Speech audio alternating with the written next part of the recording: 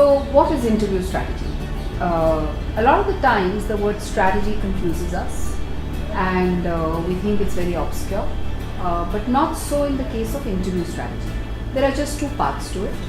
Part one really is, can you lead the interview when you go into the room where the panel is?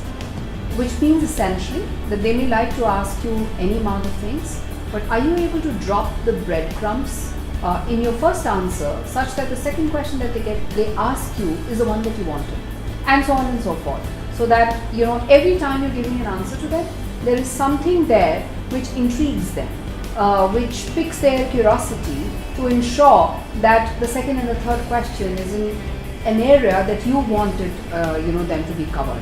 It is very loosely called leading an interview. This doesn't necessarily mean that you're standing there and leading and they're always following what you're saying, but it essentially means that you have certain interesting things to say which ensures that the next question really is your way and what you wanted to do. So that's part one, which is about dropping the breadcrumbs, and this is an essential part of your interview strategy. So how do you move from area 1 to area 3, or the area 3 to area 4 and 2, and so on and so forth? It requires practice. It maybe even requires help of a guide for you to get it organized in your mind and becoming very natural at it. Part 2 of what is the interview strategy that I want to tell you about. Part 2 is, how do you decide among the various things that you do? Let's say academics, extracurricular activities, your experiences, your character, your strengths, the books that you've read. Out of all these things, how do you decide which are those 3, 4 or 5 things which are most important for you to crack the interview? And those are the 5 things that you should be telling the panel about.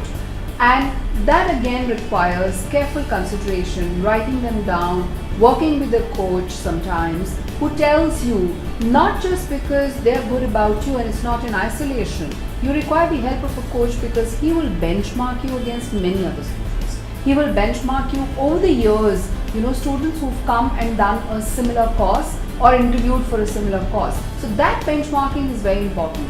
You may think that your interest in music is very minimal and not that great and maybe very niche, and therefore you've never highlighted it. But I have seen experiences, of a student, for example, who actually was so passionate that he would go in Bombay to Lamington Road to put together music systems. And I thought that the kind of experience that he's had and the kind of systems that he built was a very important part of his interview strategy. So let the coach help you in deciding what should be the one thing or the 5 things that you need to discuss in your interview.